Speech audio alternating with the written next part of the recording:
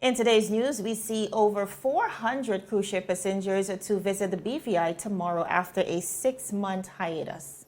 A no bubble for Tortola Pier Park when cruise ship returns, free range allowed.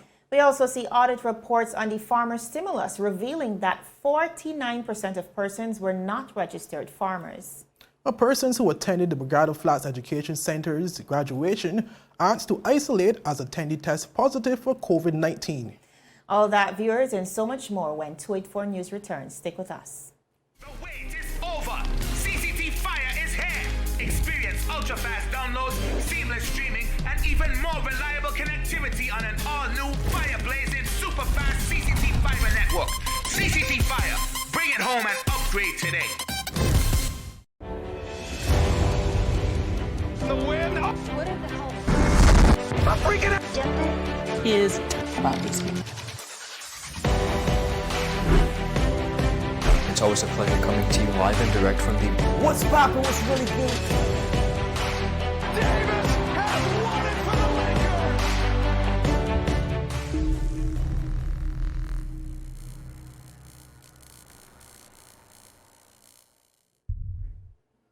Lakers. Welcome everybody. It's Wednesday, June 30th, 2021. I'm Kamal Haynes. And my name is Javon Wilson. Of course, we are coming to you live out of Tortola, British Virgin Islands. A happy Wednesday to one and all. Thank you so much for joining us today. Now, viewers, we're going to head straight into our newscast for today.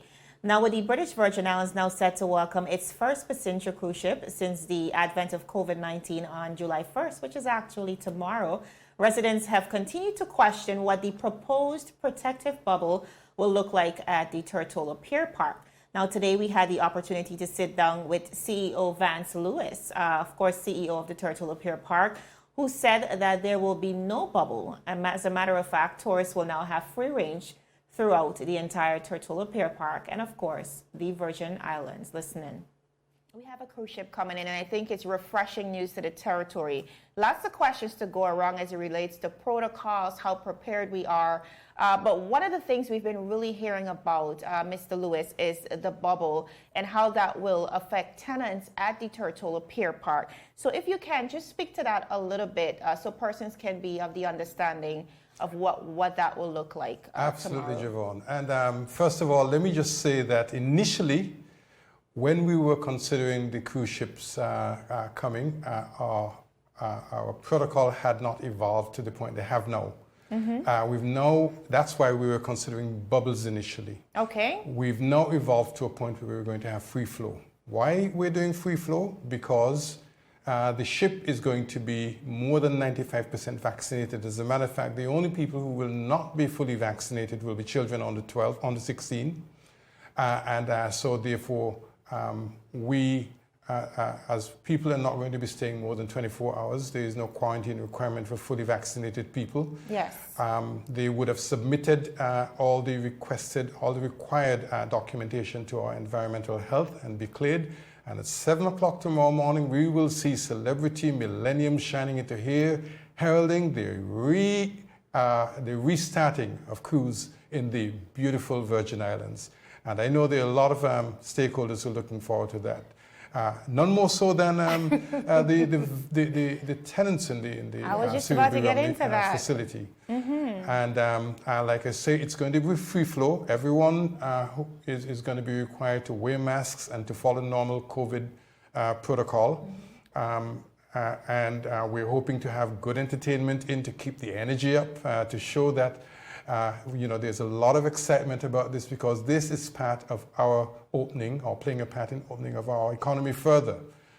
So we want to encourage everyone to welcome our cruise passengers with open arms, but just make sure, because we're still in a live COVID environment, that we take all the precautions necessary from as prescribed by our Ministry of Health. So viewers, there you have it. We've been hearing about this protective and proposed bubble coming where persons would have been able to move around in a very secure, sanitized area. We're now hearing that that will no longer be the case, being that over 95% of the passengers coming on the cruise ships are vaccinated. Now, the only persons who will not be vaccinated on that cruise ship are people under the age, or persons under the age of 16, and I should say kids, right? Moving on, we also saw Mr. Lewis acknowledging that over 400 passengers will set foot into the territory once the cruise ship docks at 7 a.m. tomorrow. Listening.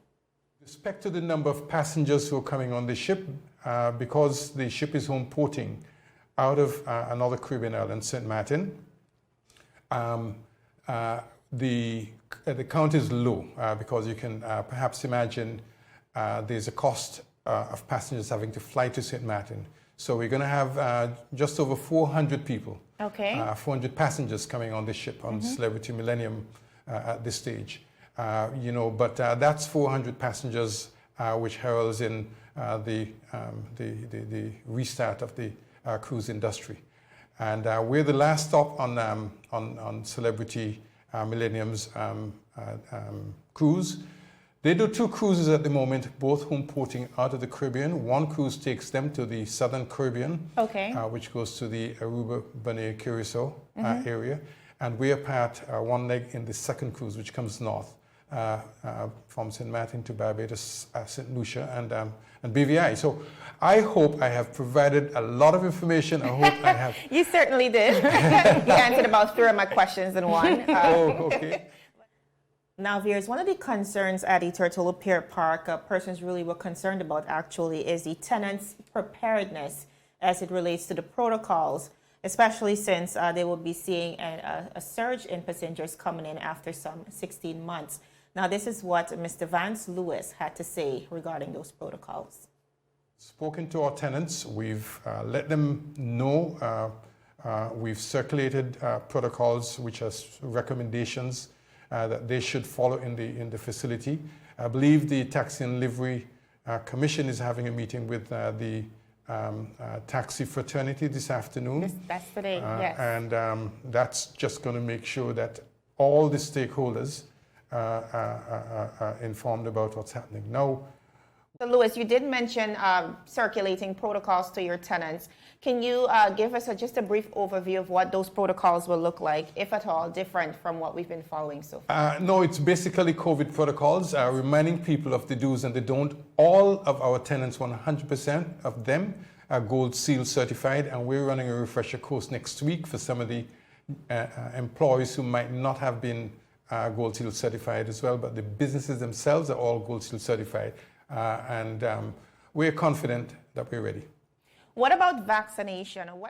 Viewers, the countdown is certainly on, just a few hours before a cruise ship returns to the territory tomorrow morning, 7 a.m. We're going to try our best to cover that event tomorrow, so look forward to that. But certainly a refreshing time for the BVI, and a reminder to ensure that you follow the protocols to keep the BVI safe. Well, now to news involving the Commission of Inquiry. Approximately 49% of the monies paid out in the Farmers Stimulus Grant Program, which totaled more than $1.4 million, was awarded to persons who were not registered in the Agriculture Database of Registered Farmers. Well, this is according to an audit report submitted by the Auditor General, Sonia Webster, in the ongoing Commission of Inquiry, where she said the initial budget for the overall program was $3.5 million, a budget that was exceeded and amounted to $5.140 million when the audit was conducted. The Commissioner's attorney, Balawara, gave details on that audit report. Listening. And this is the first finding you make in relation to farmers' stimulus grants. And it is that 49% of the amount paid in farmers' stimulus grants, totaling $1,437,000, was awarded to persons who were not recorded in the Agriculture Database of Registered Farmers. Webster said the audit was fraught with many difficulties from the Office of the Premier, which was very reluctant in providing requested information. But she said numerous attempts were made to the Premier's office to gain information on how the unregistered persons qualified for the grant award, but she did not get a response. Listening. The information we got from the Agriculture Department indicated that these people were not registered. So the next step is to find out, well, if they're not registered, how did they qualify as farmers? And we asked the Premier's office to send us the information regarding all of the farmers and fishermen, and we got no response. So in the end, the most we can say about those individuals is that there's no information to show that they were indeed farmers. And after no information was provided from the Premier's office, the Auditor General said she then had to improvise by taking steps to compare the list from the agricultural database to a Cabinet's farmers list. She said that a total of $636,000 were paid out to the persons on the Cabinet's farmers list, and of that sum, $154,500 went to individuals who did not appear on the agricultural database list. She, however, noted that it was possible for some of these unregistered farmers to have submitted affidavits to the office of the Premier, as it was a requirement for non-registered farmers. Listen in. The qualification, I should mention, though, that the qualification to for the grant was that you either had to be registered with agriculture or present an affidavit indicating that you are indeed a farmer for the past 3 years. There is entirely the possibility that there are hundreds of affidavits that were received by the Premier's office indicating that these people were indeed farmers. But at the end of the day, the Agriculture Department did not know who they were. And this, I should add, these are supposed to be commercial farmers, not just farmers, commercial farmers, meaning that the farming is actually a part of their livelihood, not people who simply have a garden in the backyard and growing tomatoes and giving some to their friends, actually growing stuff to sell on a commercial basis. Well, the Commission's attorney, Warat, also revealed within the audit that some 164 other payments, excluding the Cabinet Farmers List payments, were made to these same individuals, which totaled more than $2 million. Listen in. You say similarly, 57% of other persons who received farming grants were not listed in the agriculture database of registered farmers. So in addition to the payments made to the individuals on the Cabinet list, there were 164 other payments made in stimulus grants to these people, and that totaled $2,286,000, of which, as I understand your paragraph 23, $1,282,500 went to people who were not registered. That is correct. According to the Auditor General, an investigation was conducted where it was found that 70 farmers had initially requested $300,000. She said that requested sum was inflated by the Premier's office, and those farmers received just over $1 million. The amounts requested by farmers were inflated by the ministry prior to payment. This resulted in payments that were substantially greater than the amounts requested. When you're referring to the ministry there, which particular ministry are you referring to? This would be the Premier's office. The Premier's office. Right, I see. And what you explained was that you performed an audit examination on a sample of requests made by 70 farmers. The requests in that sample total $351,730.83. So that was of those 70, that was the total amount that 70 people were asking from the stimulus grant system. Yes, that is correct. The Auditor General said that investigations found a high consistency of no accountability within the stimulus program. Very shocking revelations there by Sonia Webster, of course, the former Auditor General. In this report, 49% is a major number showing, of course, a major discrepancy in the system. And again, the reason why we are here in a COI. But still ahead of the break, viewers, persons who attended the Bregado Flax Educational Center's graduation are now being asked by the Ministry of Health to isolate as an attendee tested positive for COVID-19. And we also see bureaucratic structure within the Royal Virgin Islands Police Force frustrating the new police commissioner, Mr. Mark Collins. We have all the details after a word from our sponsors. Stick with us. Is business slow, cash flow down, hosting an upcoming event? We can help. Advertise with 284 Media and take your business or event to the next level by enhancing your present marketing and messaging strategies. Allow our team of experts to create a personalized ad that sets your business apart from all the rest. This could be your business or event. So, what are you waiting for? Contact our marketing team at 284media@cctbvi.com. Advertising with us works. Viewers, welcome back to 284 News. Now, just yesterday, the Ministry of Health releasing some information that says that residents who attended the June 29th graduation ceremony of the Bregado Flax Educational Center, they are now being asked to isolate as someone who tested positive for the COVID-19 virus was actually in attendance at that ceremony. Now, this is according to an official release from the Ministry of Health and Social Development that stated, and I quote, "The Public Health Unit is now notifying the community that a positive COVID-19 case was in attendance at the Bregado Flax Educational Center's graduation ceremony today, June 29th. All persons who attended that graduation are now asked to make contact at 468-4936 or 468-2285 between the hours of 8:30 a.m. and 4:30 p.m. Now, viewers, the statement further highlighted the fact that fully inoculated persons are not required to self-quarantine. They said, and I quote, "Fully vaccinated persons will not be required to isolate. However, all unvaccinated and partially vaccinated persons are required to immediately self-isolate. Testing for all individuals will be scheduled in 10 to 14 days. Persons who develop any symptoms of COVID-19 should contact the Public Health Unit or the medical hotline at 852-7650 for any necessary advice." End of quote.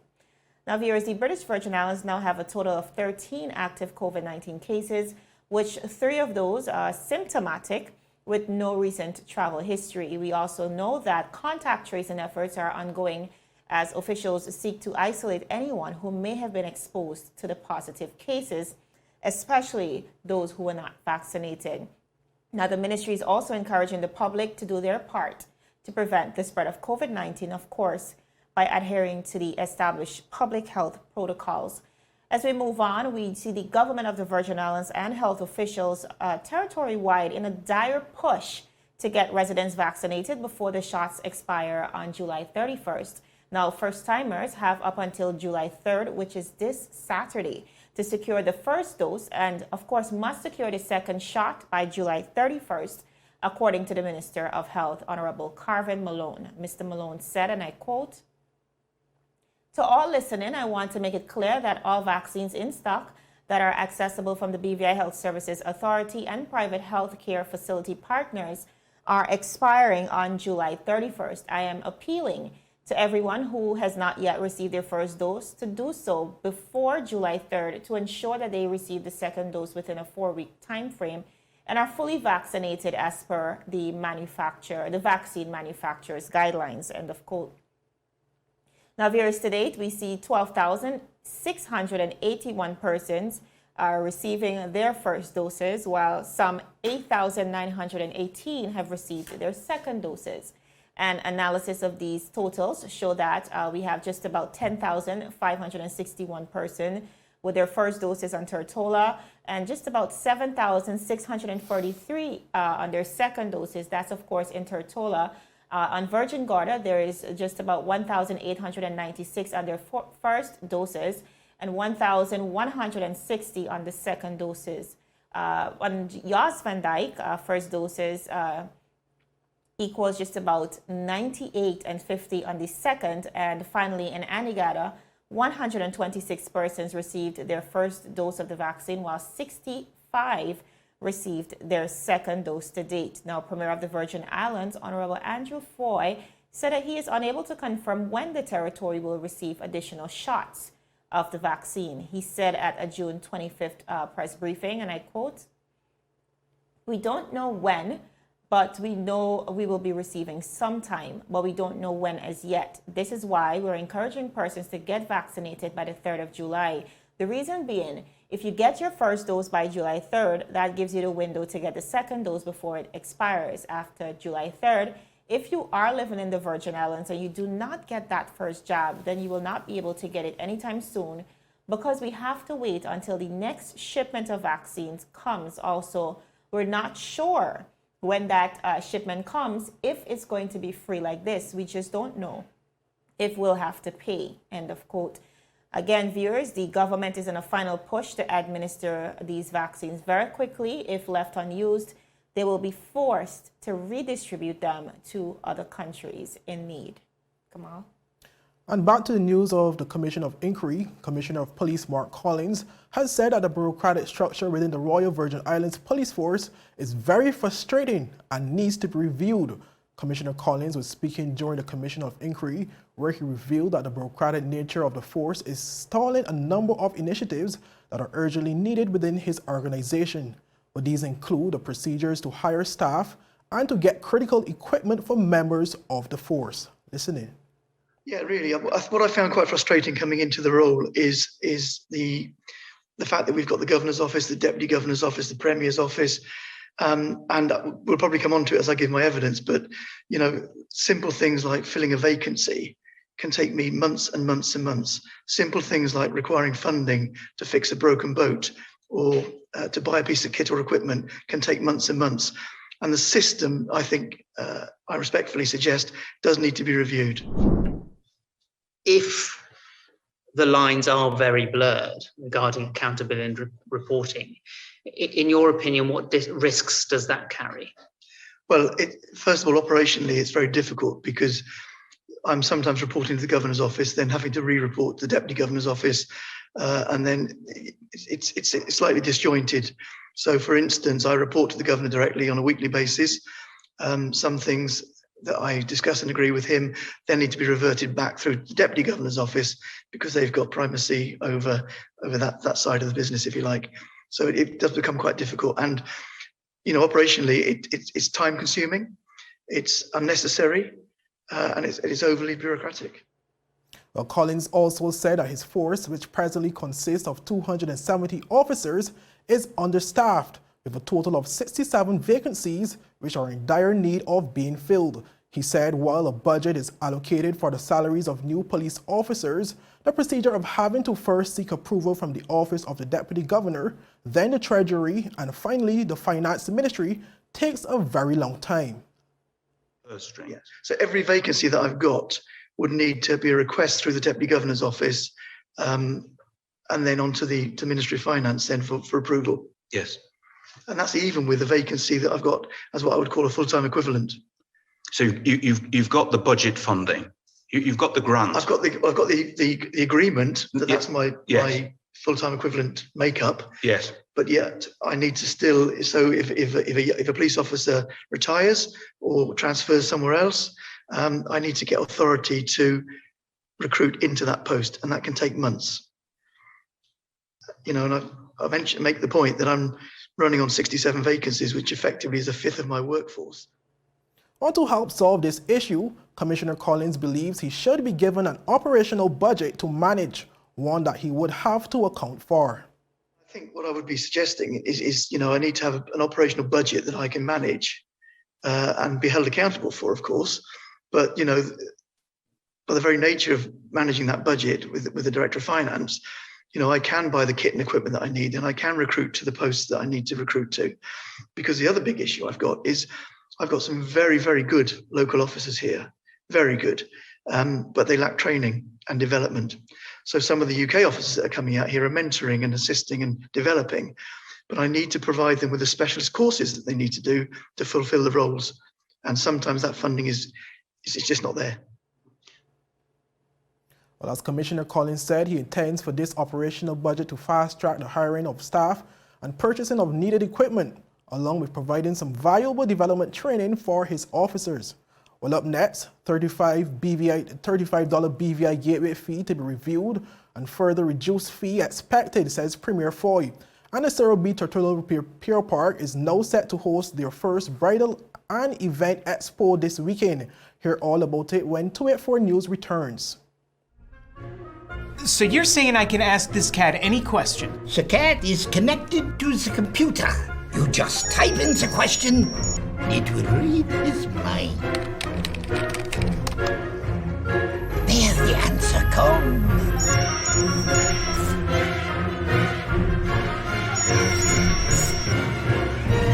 You're the man! I've been looking for this for weeks. Well, viewers, welcome back. Premier Andrew Foy has hinted at a further reduction in the BVI gateway fee for fully vaccinated persons in the near future. Well, the Premier made a statement during a recent tourism media conference after questions on the topic were posed by 284 News.